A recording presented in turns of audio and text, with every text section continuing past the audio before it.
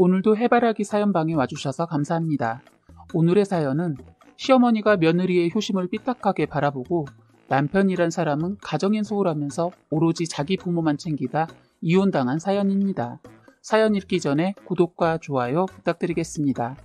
제가 이혼까지 결심할 수밖에 없었던 얘기를 지금부터 해볼까 합니다. 전 남편은 유난히 시댁일이라면 자다가도 벌떡 일어나는 사람이었습니다. 이런 사람과 도저히 더는 못 살 것 같아서 이혼을 했습니다. 저랑 남편은 둘 다 맞벌이로 일을 하고 있었고 시부모님은 저희 집에서 조금 먼 곳에서 사시고 있었어요. 시누이 한 명 있는데 가까이 살지만 시누이도 사는 게 바쁘다 보니까 명절이나 얼굴 보고 지내는 정도였습니다. 저도 일을 하고 있다 보니까 결혼하고 나서는 시간적 여유가 없어서 친정에는 시댁보다 덜 신경 쓰고 살았습니다. 그런데 남편은 가정에는 소홀해도 시댁 일에는 기를 쓰고 본인이 다 알아서 해결을 했습니다. 처가에는 아예 관심도 없는 사람이었습니다. 서운했지만 시간이 지나면 달라질 거라 생각하고 살았어요. 시부모님과 시누이 남편 유별날 정도로 자기 식구들밖에 몰랐습니다. 남편이 어느 정도로 심했는지 말을 하자면 직장에 말하기 곤란할 것 같은 상황에서도 신랑은 회사를 그만둘 생각인지 무슨 배짱으로 사장이 안 된다고 했다는데 눈치도 안 보고 시댁 일 때문에 일을 쉬어버리더군요. 부모님 일이라고 하면 막무가내로 무조건 직진을 하는 거예요. 그래서 몇 번 회사를 옮기긴 했어요. 지금 다니는 곳은 아는 형 회사에 다니고 있는데 일 하나는 잘해서 자르지도 못하고 남편 놈 때문에 그 형이라는 분이 골치를 썩고 있지요. 이런 일로 싸우다가 고쳐지지 않아서 저도 지쳐서 나중엔 포기하고 아이도 없고 하니까 하루라도 빨리 헤어지려고 이혼도 생각했는데 그때 마침 아이가 생기면서 변화를 기대하고 살았습니다. 아이를 가지고 나서는 약간의 변화가 있더니 아이 낳고는 또 예전과 다름없이 행동을 하더군요. 신랑놈 데려 시간이 갈수록 변하기는커녕 오히려 더해지더군요. 너무나 기가 막힌 것은 저희 생일이나 기념일은 기억을 하나도 못하면서 부모님에 관한 것은 하나하나 다 기억을 하고 챙기는 겁니다. 너무 서운해서 한 번은 이런 문제를 가지고 따지고 들었더니 말귀를 못 알아듣는지 오히려 자기가 신경 안 쓰게 하려면 저보고 다 알아서 하라는데 답답하더군요. 솔직히 신혼 초에 제가 신경을 안 쓴 건 아닙니다. 아들, 딸만 챙기는 부모님께 저 나름대로 이뻐 보이려고 노력을 하고 있는데 이런 걸 두고 시누이가 뜬금없이 저보고 뭘 바라고 그러냐고 하면서 약간은 비꼬는 말을 하더군요. 그래서 시누이와 처음부터 사이가 좋지 않았어요. 시누이와 싸우고 싶지 않았지만 제가 그런 말까지 들으면서 참고 있을 수가 없었습니다. 형님, 제가 뭘 바라고 부모님한테 잘한다는 거예요? 그렇잖아. 안 해도 될 일을 해놓잖아. 그럼 형님이 하세요. 저도 마냥 좋아서 하는 거 아니니까 앞으로 형님이 하시면 되겠네요. 내가 한다고 했어? 그럼 말을 하지 마세요. 하지도 않을 거면서 왜 자꾸 거들먹거리냐고요. 이미 해놓은 거 가지고 이랬다 저랬다. 제발 평가 좀 하지 마시라고요. 저도 이 사람 부모님한테 효도하는 거 좋아 보이면서도 너무 올인하니까 서운하다가도 아직은 애가 없어서 홀가분하니까 아이 생길 때까진 이해하면서 제가 할 수 있는 내에서 노력하고 있다고요. 그리고 형님도 있는데 이 사람이 혼자서만 힘들게 알아서 하는 모습이 짠해서 그냥 아내로서 며느리로서 하는 거니까 배나라 감나라 하지 말라고요. 했더니 시누이 눈을 부릅뜨고 저한테 싸가지 없이 위아래 없이 얘기한다고 하더군요. 저도 어차피 들을 말 안 들을 말 다 들어서 지지 않고 달라들었습니다. 한순간에 저와 시누이는 몸싸움만 안 했을 뿐이지 심하게 다툼을 했어요. 남편 놈은 어느 편도 들지 않고 가만히 있더군요. 시댁에서 벌어진 싸움이었는데 부모님이 제주도 여행을 가셨다 오시는 날 기다리고 있다가 싸움이 난 겁니다. 시부모님이 도착하기 전 시누이는 성질난다면서 자기 집에 가버리고 저희는 아무 일 없다는 듯이 부모님을 기다렸습니다. 저도 솔직히 집에 가버리고 싶었지만 이런 일로 일 크게 만들고 싶지 않아서 참았습니다. 그 이후로 시누이는 고모부님 일로 멀리 이사를 가면서 다행인지 몰라도 재수없는 시누이를 더 안 보고 살 수 있었어요. 그런 일이 있고 난 후 저는 시누이한테 그런 말까지 들으면서 시부모님께 잘해드리고 싶지 않아서 그때 이후로 시부모님을 위해 신경 쓰고 있던 모든 것을 하지 않았어요. 어차피 알아달라고 한 것은 아니었지만 지 부모한테 애쓰고 있는 저한테 그딴 말로 저를 깎아내리니까 잘하고 싶지 않더군요. 바쁠 때도 나름대로 애쓰고 있었는데 이런 시선으로 바라보고 있었다는 게 화가 났습니다. 시부모님들도 느꼈는지 제가 갑자기 변했다면서 남편한테 제 흉을 봤던가 봐요. 바보 같은 남편이 저한테 와서 자기 부모가 제 욕을 했던 것을 다 까발리더라고요. 시어머니가 저를 두고 그랬다네요. 제가 당신들한테 잘하는 것이 재산 바라고 그런 거 아니냐고. 그래서 남편이 저희 친정도 살 만큼 잘 사는 집이라고, 그리고 제가 그럴 사람 아니라고 하니까 그러면 왜 갑자기 며느리가 변해서 저러냐고 했다는 겁니다. 그래서 남편이 시누이와 제가 싸운 일 때문에 시어머니한테 누나한테 한번 물어보라고 하니까 시누이가 시어머니한테 그랬다네요. 제가 뭘 바라고 잘하고 있을지 모르니 정신 바짝 차리라고. 그래서 남편이 왜 누나는 쓸데없는 말을 하냐고 했더니 시어머니가 당신 딸 말이 맞을 수도 있다고 하면서 한다는 말이 요즘 세상에 어떤 며느리가 이렇게 잘하냐고 했다는 겁니다. 그때 일을 전혀 모르는 시어머니는 제가 변한 거 보면 뭔가 또 있는 것 같은데 그게 뭔지 모르겠다면서 남편한테 제가 딴 생각을 가지고 있는지 확인해 보라고 했다는 겁니다. 이 사람들은 잘해줘도 색안경을 끼고 오해를 하는 거 보고 섭섭하면서 기가 막혔습니다. 신랑도 어머니하고 나눈 대화를 하나도 빠지지 않고 다 저한테 전달해 주더군요. 이런 말을 저한테 말해주는 신랑도 한심하고 그런 말을 한 시어머니도 기가 막히더군요. 시누이의 시어머니까지 이런 생각을 가지고 있다는 것을 알게 되니 이런 사람들은 진짜 더 이상 잘해줄 필요가 없다고 생각하고 그나마 하던 전화도 하지 않고 지냈습니다. 그랬더니 뜬금없이 시어머니가 저희 집에 찾아와서는 넌 시부모가 죽어도 모르겠다. 손가락이 부러졌냐? 전화 한 통 할게. 시어머니 기분 상하게 말을 해서 참지 않고 말했습니다. 저번에 이 사람한테 어머니 생각 다 전달받았어요. 그래서 제 나름대로 생각한 결론은 잘해드려도 오해하는데 괜히 신경 더 썼다가 더 큰 오해받을까봐 앞으로는 신경 덜 쓰고 살려고요. 그랬더니 시어머니, 아들이 어떻게 전달했는지 모르겠지만 네가 오해한 것 같다.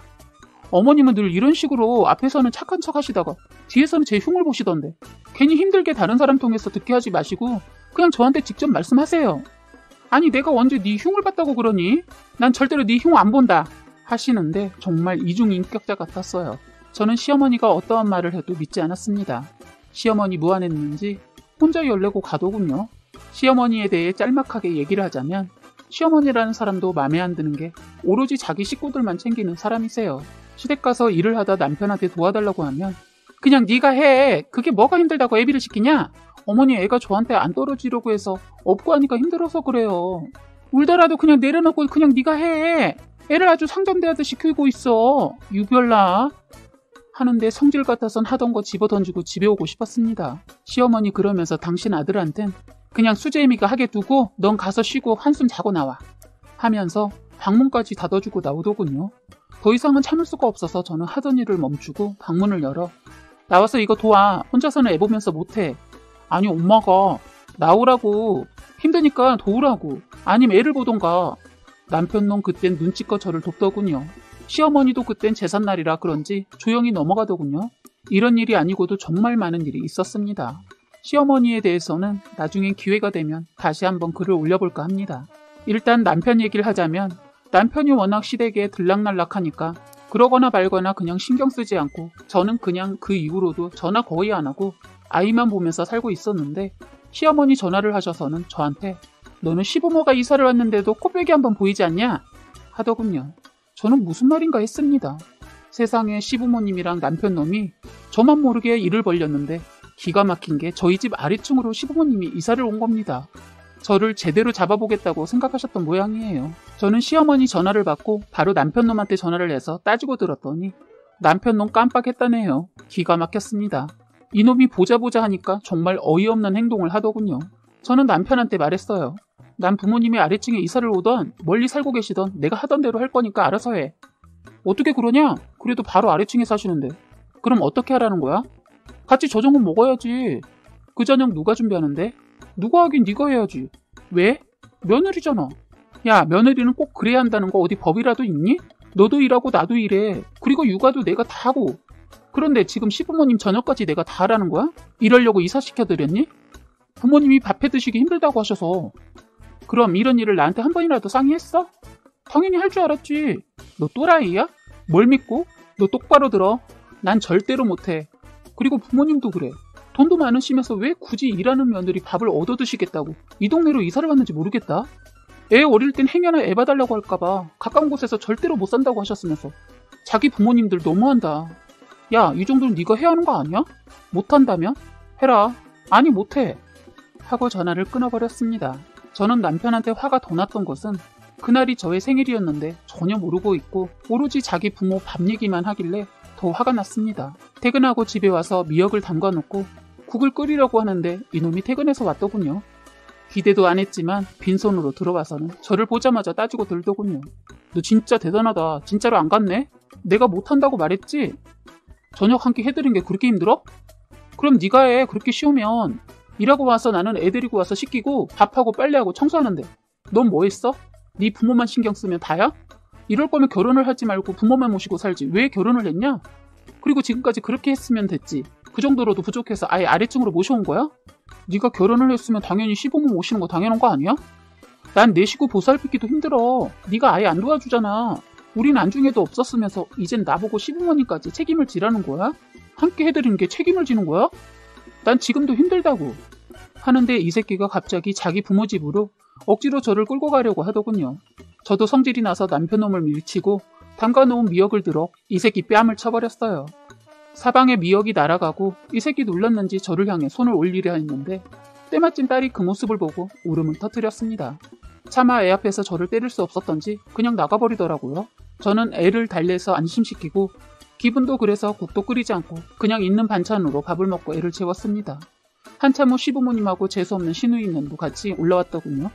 이것들이 작심을 했는지 저한테 셋이서 쏘아붙이길래 저는 담가놓은 그 미역 바구니를 들어서 던져버렸습니다.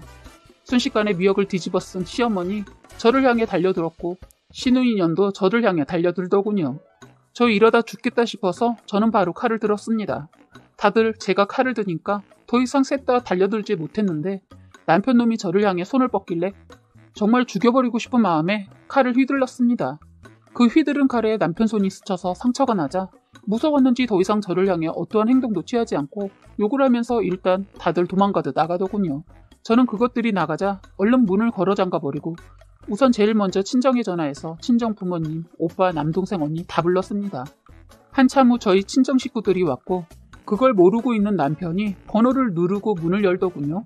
안전고리가 걸려 있어서 못 들어오고 남편놈 너 문 열어라 하더군요. 왜? 또 할 말 있냐? 했더니 옆에 있던 시어머니 저것이 탈을 쓴 악마였어. 사람을 죽이려고 하네. 문 안 열어? 하더군요. 무슨 작정을 하고 온 것 같아서 저는 아무렇지 않게 문을 열었고 시어머니 제가 문을 열자마자 저를 향해 손을 뻗었는데 바로 옆에 있던 오빠가 시어머니 팔목을 잡아챘어요. 그날 오빠랑 동생이 남편 새끼 보자마자 뺨 때리고 발로 걷어차고 안 죽을 만큼 패주고 트집 잡고 없는 말 만드는 시누이녀는 저희 언니한테 머리채 잡히고 며느리를 몸종 취급한 시어머니는 저희 아빠가 뺨을 갈겼어요. 아버지는 사돈이고 뭐고 지금까지 딸이 혼자서 힘들게 살아온 대가라고 하면서 당장 이혼을 시킨다고 했어요. 저희 집에서 시끄러운 소리를 듣고 올라온 시아버지랑 저희 아버지 대판 싸움이 났고 수로 보나 힘으로 보나 저희가 싸움은 이겼습니다. 그런데 이혼할 때의 폭행 문제 때문에 이혼 절차를 조금은 힘들게 밟으면서 어렵게 이혼은 했습니다. 그래도 어쨌든 그 집 식구들 죽도록 해주고 나와서 속은 시원했어요. 그렇게 저는 지긋지긋하게 시댁에만 목숨을 걸고 사는 남편과 자기들밖에 모르고 사는 시댁과는 끝을 냈습니다. 아이도 있고 하니 이혼은 참아보려고 끝까지 버텼는데 참 부질없는 짓이었어요. 이제는 결혼이란 굴레에서 벗어나 자유롭게 살고 있습니다. 남편놈 부모님 재산 때문에 시누이하고 법적 싸움까지 갔다고 들었는데 아무래도 남편 지금까지 시부모한테 최선을 다하고 살았던 게 결론적으로 보면 부모 돈을 보고 욕심내고 그랬던 건 아닌가 싶네요. 돈 앞에서는 피도 눈물도 없는 사이가 되나 봅니다. 오늘의 사연은 여기까지였고요. 구독과 좋아요, 알림 설정 부탁드리겠습니다.